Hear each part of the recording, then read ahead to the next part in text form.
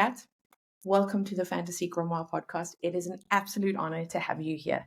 Thank you so much for having me, Stephanie.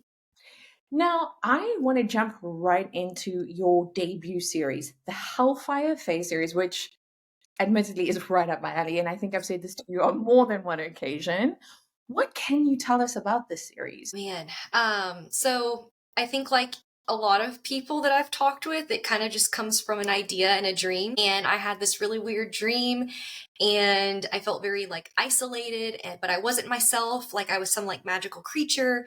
And I woke up and I kind of had this idea of like, what if, and I kind of felt Faious. It was very whimsical fantasy.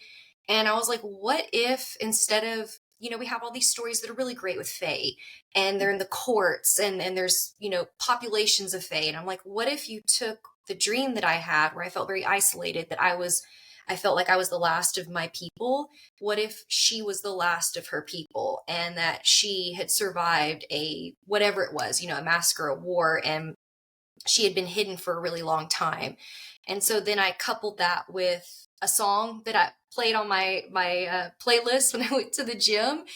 And then it was born. It was like one of those things where the little kernels of ideas were planted. And it's funny because the story started out as her being very glamored in society, where she looked like a witch and she had a witch guardian. And then it kind of spiraled from there, where I was like, that was like in its infancy, where it was like a zero draft. And then it kind of just turned into the story about a girl who is truly seeking belonging, but she hides behind, the rage and the anger, and she hides all of that trauma really, really far down, and she just bottles it all up. And then it spiraled from there to have this mega series, and from there it just kind of took off, and that's kind of where it came from. God, I love it when the characters take over, because it sounds like that's what happened to you over there. And especially I know in one of my completed series, the one character I did not expect the feminine rage from surprised me out of the middle of nowhere. And I was like, oh, damn, I need to see where this is going. It completely changed the ending of the series. And I'm like, but this is better than what I had come up with.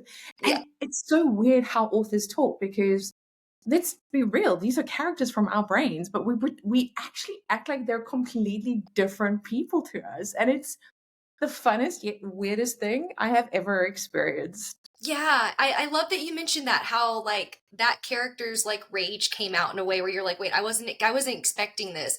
And that's exactly how I went about the story too with Kyra. She's the main character. And at first she was very meek and she was very quiet and she was very kept to herself, because she had the glamour. That was like the original idea. But then I think a lot of things from my own childhood, just being very, very traumatized with being bullied when I was a kid. So much so I went to a whole different high school. Like I didn't even want to grow up with those kids. I went to a completely different high school because it was that bad.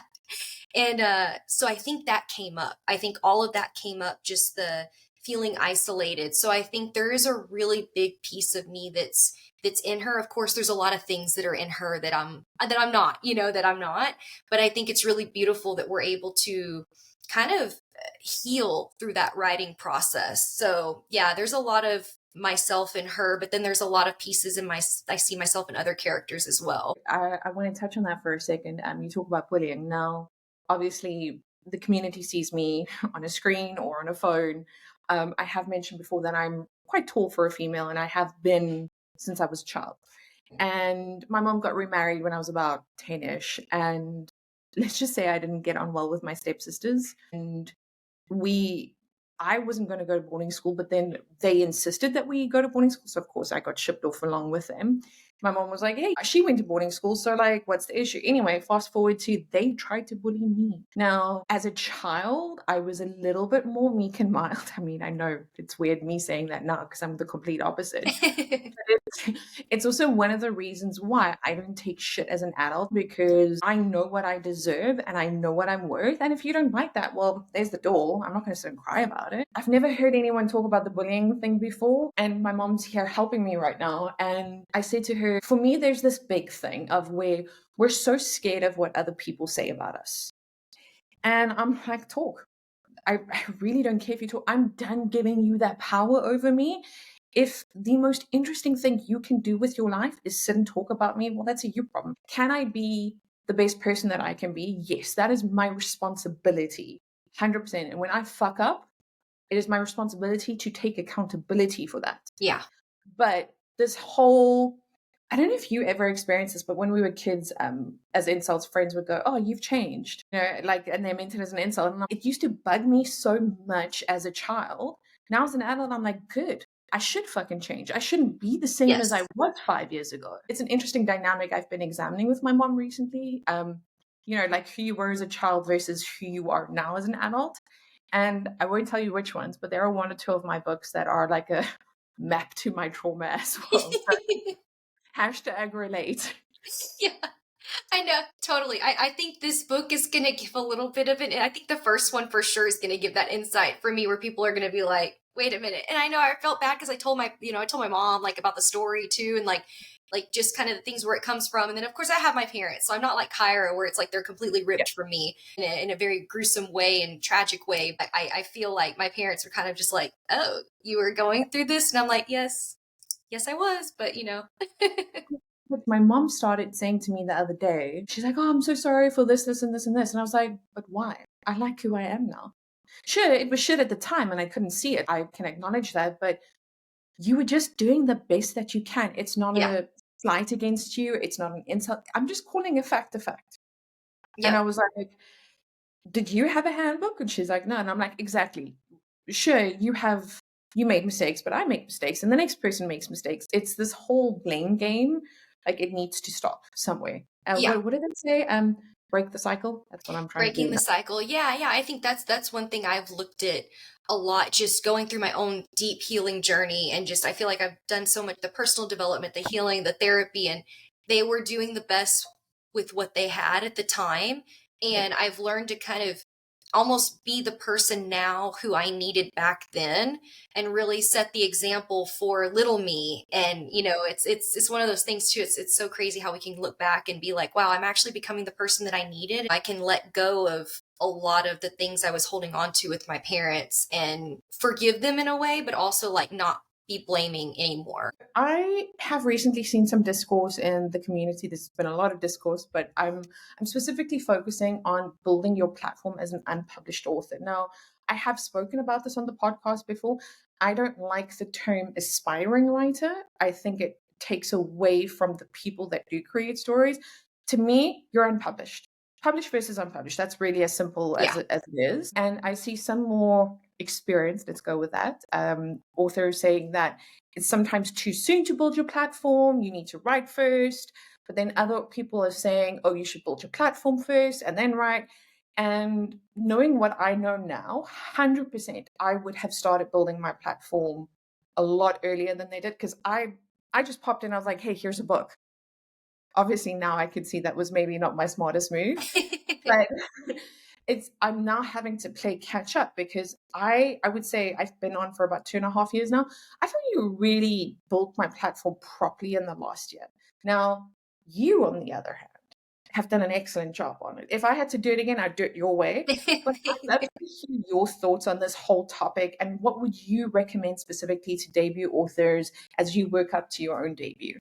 Yeah. And I mean, I want to say too, I don't think there's a right and wrong way to do it. I think too, it just has a lot to do with timing. And then like once we get into social media and it's like, oh, like I never started doing this, I feel like personally, I think you're doing a great job because your reels always they're engaging, they hook. And I love all the questions and engagement that you do on yours. So I really love that. And I think you're doing a great job for dropping it and being like, hey, I wrote a book. So you're doing really great. I would say I don't think it's a bad thing, though, to start building your platform and teasing and building, and I wouldn't say so much an audience, but like your community and the people that are going to be interested in reading your book and also just connecting with other authors. But I think doing that along the way and showing the process and showing the messy and showing the grit and the patience that it takes to actually come up with a book and actually write it to its fruition. But I don't think there's ever like a right or wrong way, but I do believe that there's some merit to doing it early. Like I think that having that and building that community, I feel like I'm doing that now, but then I think back to when I wrote fan fiction and I was on Wattpad and AO3, all the things, I'm like, what if I would have been sharing all of this and had like this platform a long time ago? Because I've been writing my whole life. And I'm like, I feel like now I have this platform where I'm sharing the original stuff, but I'm like, gosh, what could it have been had I had just been sharing all my nerdiness, my fandoms, I don't know if you are familiar with Anna Todd from the After movies. Now, it's not fantasy, and a lot of people trash her for being a horrible writer or whatever. She's laughing all the way to the bank because she's a multi-millionaire. So for anyone that's not familiar with her, she wrote fan fiction based on Harry Styles on the Wattpad that you're saying. Anyway, got picked up for a movie franchise. I forget the actors' names. They're much younger than me, but I can see their faces. And it's so funny how that worked out, because I don't think she actually wrote with the idea to become a published author. It was just, I think she was a military wife and she had a baby and she was looking for an outlet, and it evolved into this.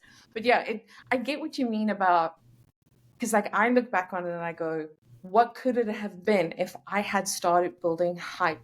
Now I'm at the point where I have got consistent sales each month, and it's something I don't really think about. Yeah, because for me, it kind of encourages the comparison game, whether we mean to or not. Yes, yeah. And for the authors that share their stats, I love that for them. And I'm being serious. I love that they feel that they can.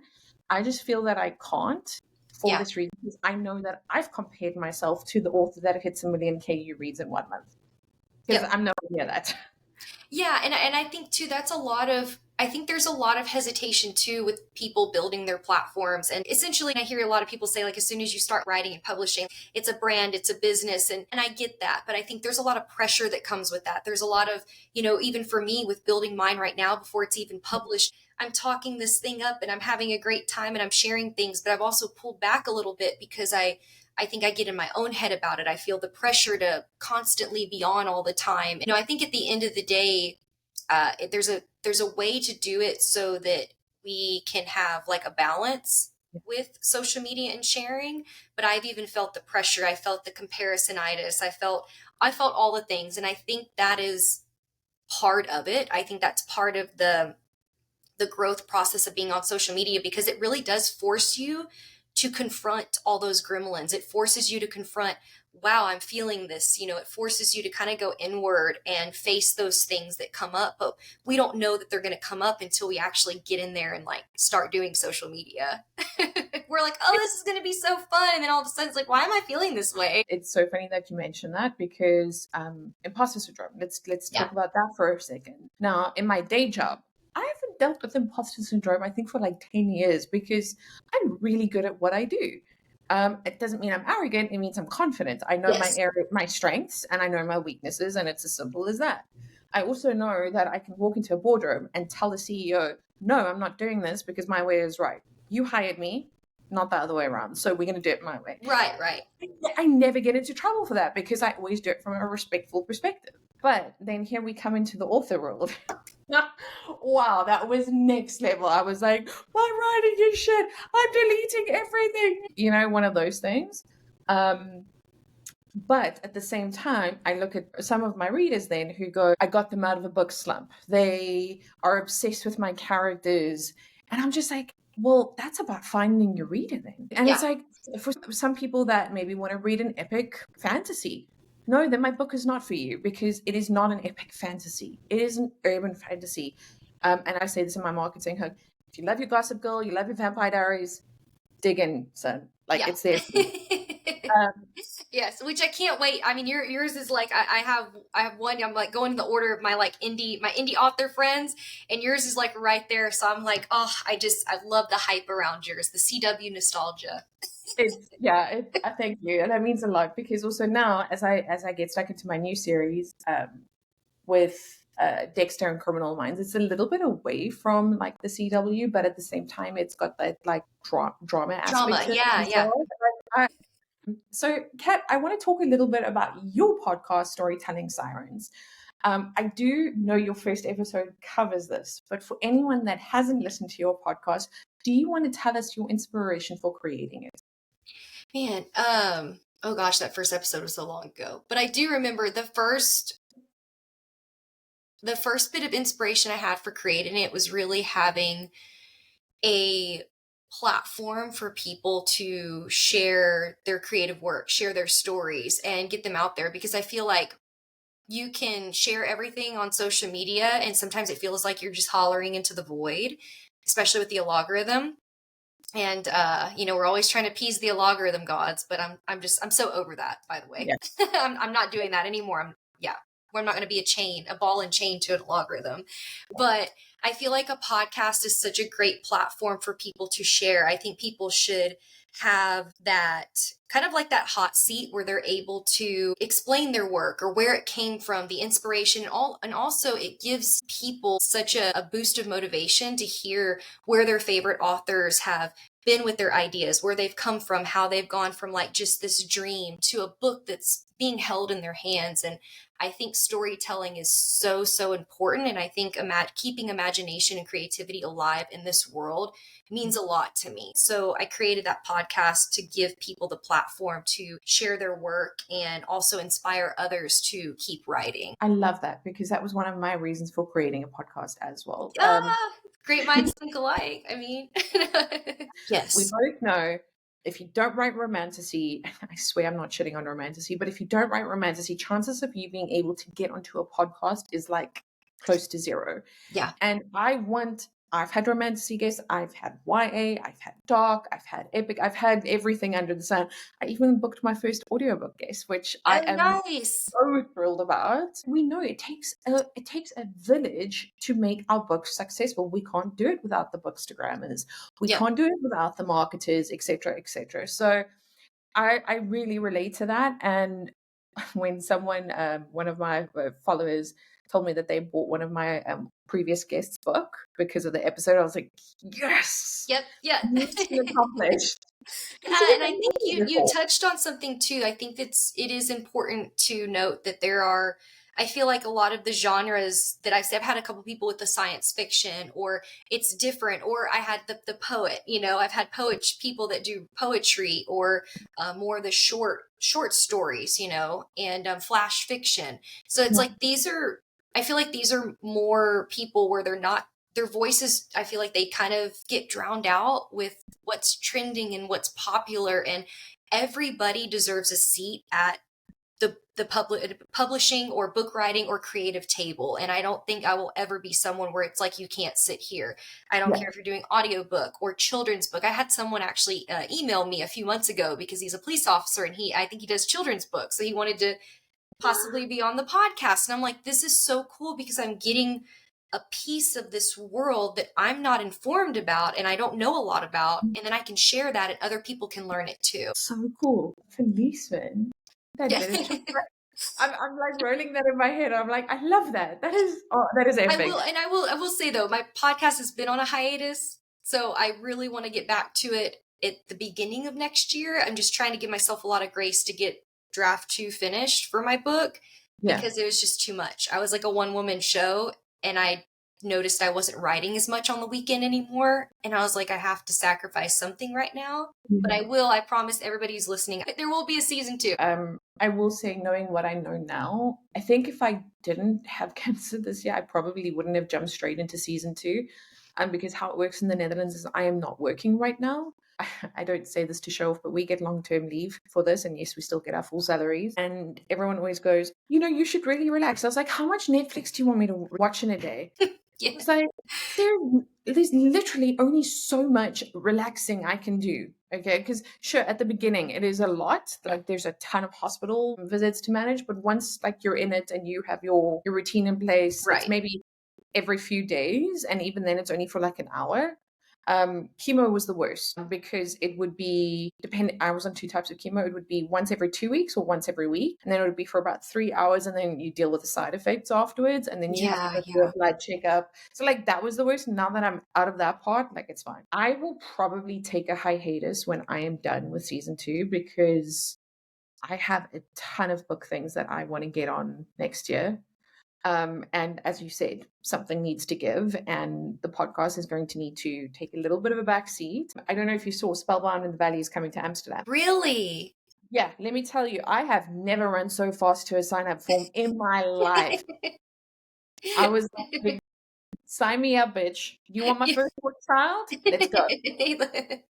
Um, because like that's my number one thing that I've always been bitching about is that we just don't have access to these kinds of events. Because I know if you put me in an event like that, I will sell my entire stock because I'm that kind of person. And I'm like, now you're gonna give me Spellbound in the Valley in my home turf. Let's go. But Kat, I do want to ask you, and I ask every guest this question. What is your bookish hot take? Not everything that's trending on TikTok is good. And I know what's good and what people like is subjective. I get that, but I think it's just, I don't know, it's almost like a virus where it just goes viral with things on TikTok. And then I end up reading them and you're kind of like, it was so overhyped. And yeah, I might have found bits and pieces where I was like, I kind of like this, kind of like that, but it's the TikTok hype that's getting me. I think I'm kind of over it. And I get that that's the way people are blowing up. People are getting popular. I think though I've read where really big authors have teams that are searching trending hashtags. And then they're going back to those authors like publishing companies or editors, whatever. And they're business people, and they're telling them, this is what's trending. You need to write this right now. And I've heard that as a rumor. I'm not sure if it's true, but it makes a lot of sense because I just see things that are coming out that's like trending, and I get it. There's always going to be trends, but I just don't think everything that blows up on TikTok is actually like quality. That's my hot take. I mean, come at me, but that's just how I feel. So I'm grateful, and this is going to be a bit controversial to say that I am not hyped. Yeah. Because for me, I think the pressure that comes with something like that, even now as I was releasing The Clash of the Damned, I did have a tiny meltdown with my editor because I was like, what if people say I'm a one-hit wonder? And then I was like, I actually don't give a fuck. I couldn't have told a better story. Like, Yeah. this is the story that I wrote. And we actually realized that because of the diagnosis, I was a little bit less overthinking it than I did before. You were And it's okay. actually Yeah. really started coming through in my writing as well. And I'm so grateful that I could discover that on my own terms and not while I have this viral thing flying in the background. I don't know. It feels like more of a curse than a blessing, the Yeah. viral. I've said that before I've said that to my husband before. I'm like, I don't know how much it would be cool to go viral and have something so big, which I mean, it's great. I'm like, if you're an author, like that's cool. But I also think there's a lot of pressure that comes with that. And I'm just not so sure I want that. I want to be able to just kind of do my flow and just have a good time writing and know that the people that are going to find my book or that want my book are going to enjoy it. And if it's not for other people, that's fine. But yeah, I think yes.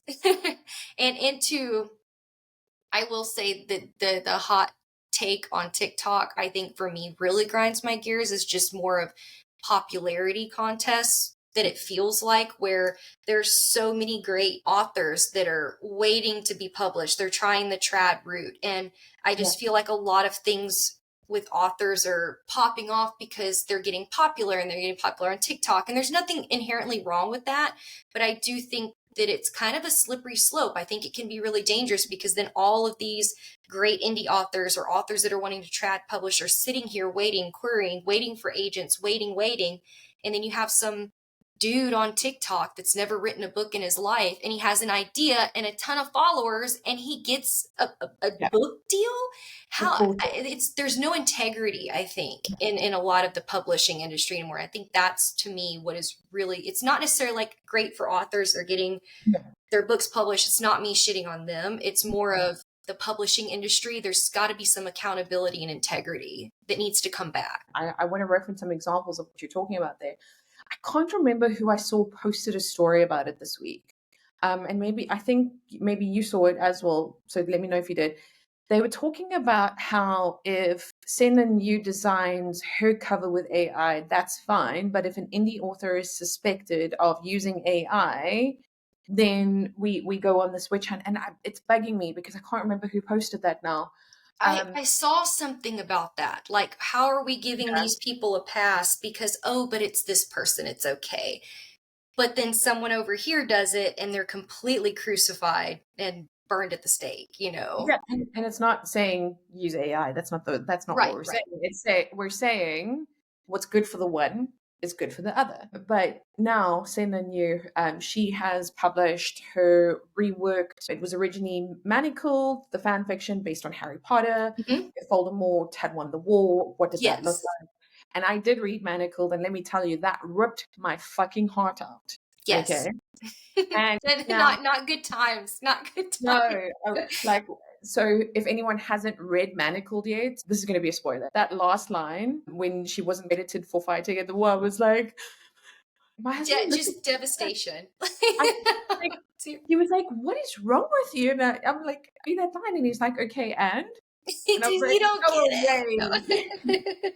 But now she's released Alchemized this week, and it's all I'm seeing on on Yeah. my Instagram page. And we also know Alchemized is a thick girl. Um, I think the question that I want to ask you is, when does fan fiction go too far? Because we also have Powerless, where people were accusing Victoria AVR, I think that's how you say her surname, for plagiarizing it when her book, The Red Queen, came years before that. We've also seen a few other Drimoni, I think that's how you say it. I think it was Julie Soto, Frozen Yes. Chains. There was Irresistible Urge, How to Fall for Your Enemy. So we're seeing a rise of started out as fan fiction, got really popular, picked up for trad, reworked to obviously pull out the fan fiction elements. Do you think we're taking it too far, or do you think there's more room to grow? I'm okay. So to preface this, I'm a Gemini, so I have a lot of and this and that. So I very much I can hold the duality for a lot of things, and a lot of people don't like that. People want me to choose sides, and I'm like, I'm a Gemini. There's no way I can see this and I can see that. Yeah. And usually a lot of times I fall just in the mix of the two, right? And I Yeah. am a fanfic girly. I am someone who started in fan fiction. So it's like that was my entrance to writing. That was like my playground. And I Yeah. think it's such a great way for writers to learn writing, grammar, and not only that, but storytelling, world building to an extent, because you already have a world there, right? And so it is a lot easier. But Yeah. not to say it's super easy, but it's a lot easier because the foundation is there. But I think it's a great way to find your voice. And I think for me, I love seeing people who are able to go from fan fiction to original, because I mean that's kind of the pathway, right? For most people. And some people just stay in fan fiction forever. I still have friends that just write fan fiction and I love it.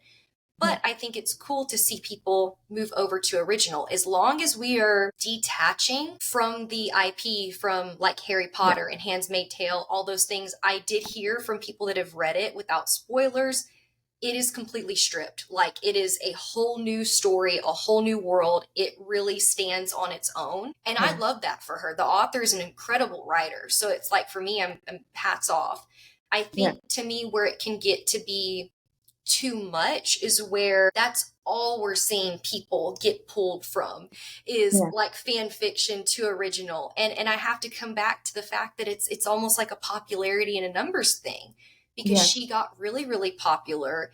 And Yeah. I do know that I heard that there was the issue where people were taking it and selling it illegally, like on Yes, third party websites. So I heard she that. was kind of like in a rock and a hard place, because like, how much does she have credit for it when it's a Harry Potter fan fiction? Yeah. So that's why they had to make the decision to kind of start figuring out how she could do it as an original. And I respect that, because I'm like, if someone was selling my fan fiction and I was like, what? How can I figure this out? But I think it goes too far whenever we just see so many people being pulled from fan fiction, where there's a lot of stuff I've read and I can tell exactly where the fanfic came from. You can see all the things. I mean, I feel like I can piece it out, and Yeah. that's fine. With creativity and ideas, we're all pulling from something that we've read Yeah. or ingested, and that's fine.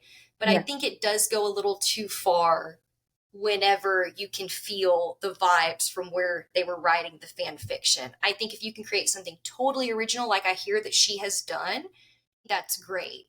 But I think there's a nuanced argument too, where fan fiction in itself is not bad. I still come back to kind of just putting the responsibility on publishers too, to do we need a retelling of this fan fiction that already exists? You know, what about the authors that have original ideas that are waiting to be queried and picked up by an agent? I don't know. I come back to the little people, like it's like the little people that aren't, you know, the big name people. Even though I don't necessarily subscribe to star signs, I'm a Libra, so I'm always looking at both sides as well. It's so true what you say though, because I reference them a lot on this podcast. Yes, they are friends of mine, but their work is phenomenal as well. And that's why Right. I will recommend it until the day I die. Nikita Bell, her Bombshell Devil's Advocate, I have read her second book as well. I actually, when I read that ending, I couldn't talk to her for like a few hours because she's like, she saw that I had finished. And I was like, what the fuck just happened?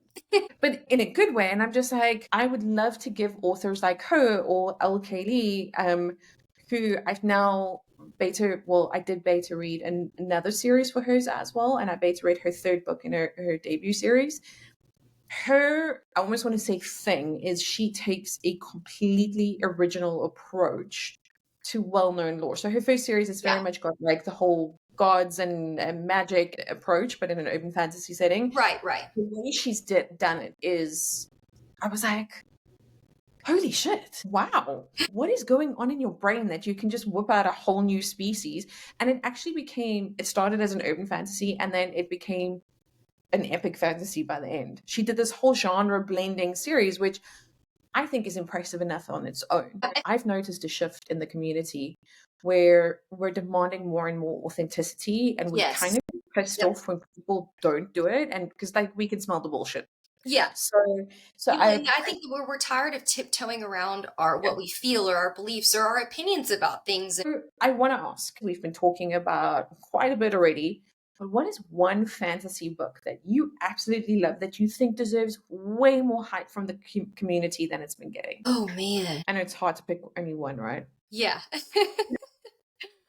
I don't know why, but the first thing and I don't know if it would be more fantasy or maybe like it was more like a modern fantasy, not like epic. And it's an older one, but it's one I come back to all the time. And only one other person I know in my friends group has read it, so I don't know. And I forget the author's name, but it's called the Shiver series with the wolves. I think the last name is Maggie Steve. Yes, Mag. I was going to say, I think it's a Maggie. Or I would say, like, back in the day when I was a kid, of course you read, you're a teenager or whatever in your 20s and you're reading it. And I'm not going to say, like, it's like the best thing ever, but it was the themes within it. And I just remember that book being so heart-wrenching at times and gut-wrenching with the wolves, and it almost being like a virus, and then like them actually end up being hunted by people when they're shifting and turning, they can't help it.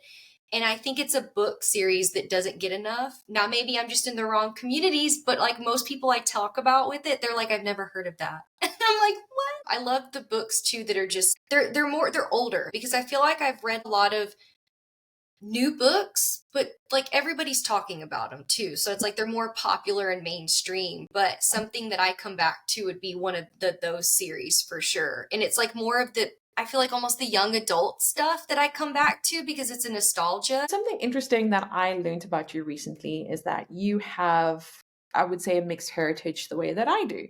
I was born in a little bit of a weird loophole situation. I was born in Namibia, but back then it wasn't Namibia. It became Namibia a few years after I was born, which is outside of South Africa. But because of this weird loophole, I am deemed as South African, even though I've had to argue with the South African consulate here a few times about that. But because Namibia was the only place that Germany colonized back in the day, that makes my mom, my grandparents, all German. So I have a bit of German thrown in there as well. But I've obviously now lived in the Netherlands for a significant amount of time. So I've picked up a few Dutch tendencies as well. So I'm a real just smorgasbord of cultures here. I know you've got some Czech, Polish heritage in your background. You're obviously in the US. How does this impact your writing in any way? Yeah, so I love this. When I was growing up, I was always writing, and just something that I've done forever. I would make the little stories, I'd staple them, do like book covers with markers, and I'd give them to my family for like Christmas and gifts and things. Of course, my mom had to read all of them. And I remember when I was growing up, I would spend the night a lot at my dad's parents are Polish, and then my mom's side is Czech. And I would spend the night at my grandparents' house who are Polish, and my Jaja would I remember like going to church and we'd go to dinner and he tells all these stories about this happened and these people. And I remember growing up with that. And then I started telling my own stories, and I learned that Polish people are storytellers. Like I remember as I got older, when Reddit was a thing, I remember I was Redditing like, are Polish people storytellers? And then I'd find all these answers, and people would talk about how like it was a tradition that people would tell stories. And I think it has had a lot of impact on me just as a writer, because I had some sense of validation even when I was young. My grandparents, my Jaja would tell me like she's a writer. My papa on my mom's side would always be like, she was born to write, whether doesn't matter what it is, but she was born to write. And I think it has had an impact on me just watching them tell their stories, and then having that sense of validation that it's safe for me to tell my stories. It's safe for me to share. Of course, I literally lose my shit every time I share something or I post it or whatever, but I do know at the core that this is like the culture that I grew up in. This is part of who I am. And I kind of feel like I have like a duty to keep that tradition alive. I have not been to Poland, or Czechoslovakia. I really do want to go to Poland. It's like our family's like big dream. But I do feel like if I could immerse myself in that culture there, I almost feel like it would, I don't know how the right words, but like I could just really like be in it, in that vibe, really feel it. Some of my best memories from a culture perspective is Christmas time. Now, in South Africa, we get a warm Christmas. Remember, the seasons are flipped there. My mom would always go out of her way to raise me in German traditions. I grew up very accustomed to German food, which some people might not be appealing, but to me, it's like the best thing ever. And now my mom's here, all she's cooking for me, which is 10 out of 10, would recommend. But if I look at your example, at least the way I grew up, Germans aren't storytellers. We're fantastic in other things. I mean, hell, we're efficient as fuck. I definitely got that from them. But I think that's also why it took me so long to find the storytelling aspect, because I've inhaled books. I mean, hell, my mom gave me an adult library card when I wasn't an adult, because the amount of books I was reading, it was insane. And I have no idea where that comes from, because neither of my parents were storytellers in that sense. So like I just love that you have such a strong connection to your heritage that way, and that you're finding your own way to honor it. And I will say my parents too were not like, I don't know if it came down from like the grandparents part, because even my parents like, we don't write stories. We're not writers either. They definitely will be the first to tell you. I'm sure they do. Everybody has some bone of creativity in their body, but always saying that I definitely got it from grandparents or someone. And I've always thought like there's got to be someone in my family history that was a writer or artist, even, someone that was utilizing creativity. But it is cool to see how that culture is being passed down from the generation. You have multiple whips on the go. We've discussed the Hellfire FA series. What can you tell us about your whips? And can you talk us through your thought process of why you decided to self-publish versus going the trad route? I will say I used to have more than one, and I do still have a lot of ideas, but I learned what worked for me. Even as a Gemini, I've heard some people can have like 5 or 6 going at once. There's no way. Maybe when I was 19 or 20, yeah, I think my brain could be like, do. And I used to have more than one fanfic going at once. I don't have that capacity now. I'm best at, I write best at like having 2. So that's how I've been able to really make progress with them, is having one and then another. And they're both so different that I feel like I have kind of this dark, gritty one and a more light one.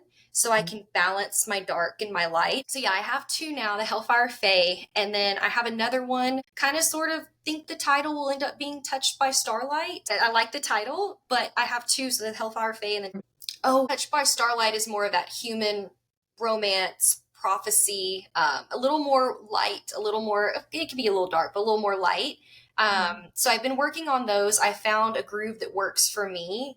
And of course, it's not going to be for everybody. There's some people that can do a ton of work in progress. That's fine. I cannot. But I have chosen the root of self-publishing, a lot of it's for, I think, just my independence and autonomy. Like, I think it's great that people want to be traditionally published. I don't think there's a right or wrong answer. I think it's just whatever we feel is going to work best for us.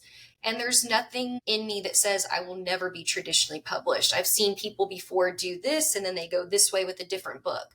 So I really can't say if I wouldn't never do trad publishing, but I can say just knowing my personality and my independence and not wanting to waver with having someone go, we probably should take it in this direction, not necessarily like feedback, but changing my story or changing things. And I don't want to go always with what's trending. I don't want to change things because this is what's selling on TikTok or whatever. I want to keep that autonomy. I want to keep that independence in my choices with my story. And I think maybe it is a little bit of a control thing. But I just think there's a lot of merit with self-publishing. I can be on my own timeline. I'm not working for anybody else on a timeline. I get to kind of manage everything. And I think there's a lot of stress that can come along with that. And of course, the money it takes to self-publish, but it's something I'm willing to do to have my own little thing and not kind of like subcontract it out to someone else to kind of have control over. To your point about being a control freak, it's not about being a control freak. It's about, this is our creative outlet.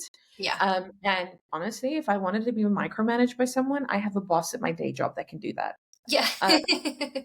Why like someone called it a very expensive hobby once, and that's what writing is for us until it changes. And because it is my hobby, I'm going to do it on my terms. So if I want to do 5,000 revisions to get the right shade of pink, that's what I'm going to do because that's what I imagine. Yes, that, and I think I saw one person said traditionally published is really cool. I always, no matter who it is, I always celebrate whenever I see someone I got picked up. I'm hearting that shit. I'm hearting all of those, right? Because I'm like, it's a feat in itself to get picked up.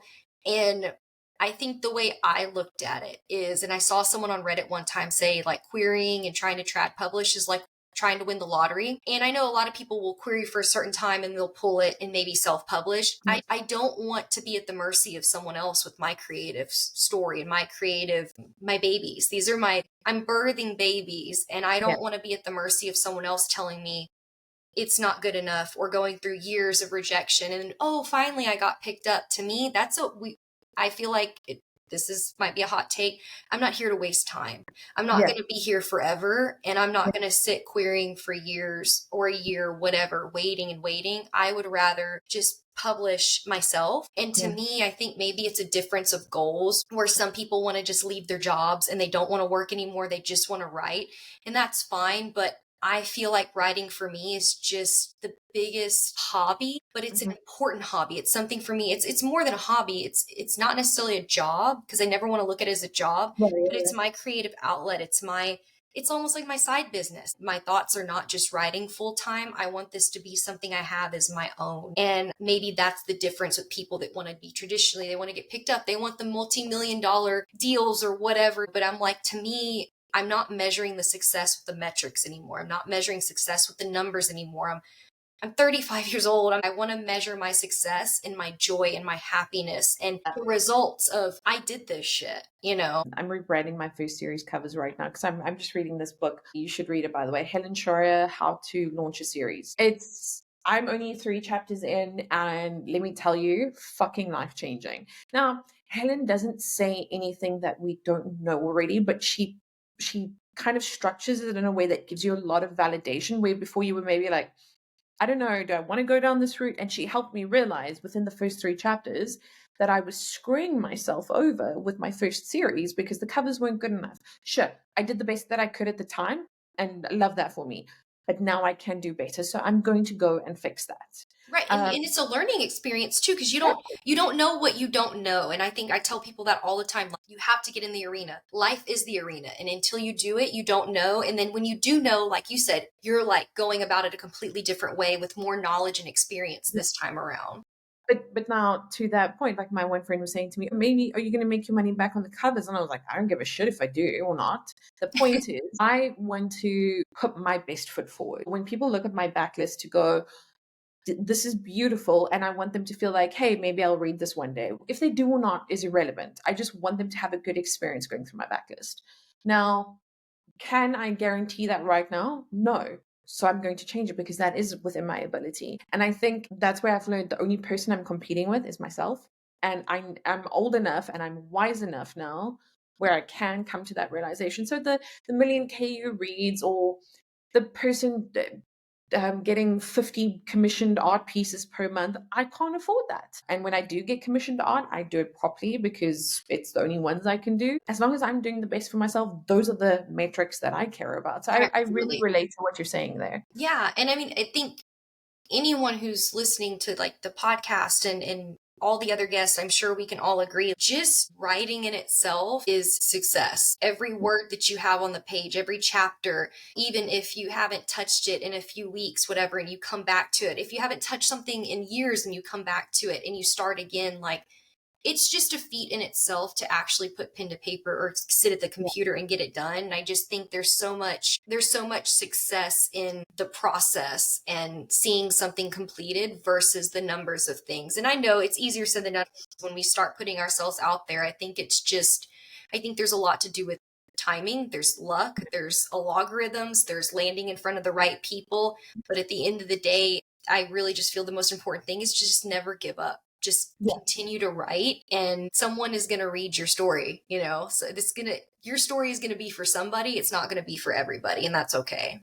Amen. Kat, if anyone is listening to this episode, they're vibing with you, they want to connect with you, what is the best way to do that and support you? Yeah, so my main playground is Instagram, and that's where you can usually find me. I do take a little bit of a hiatus. Sometimes I'll disappear for like a week, 4 or 5 days, but that is the best place to find me, support me, and also just hop on the journey so we can write our books together, and that's it.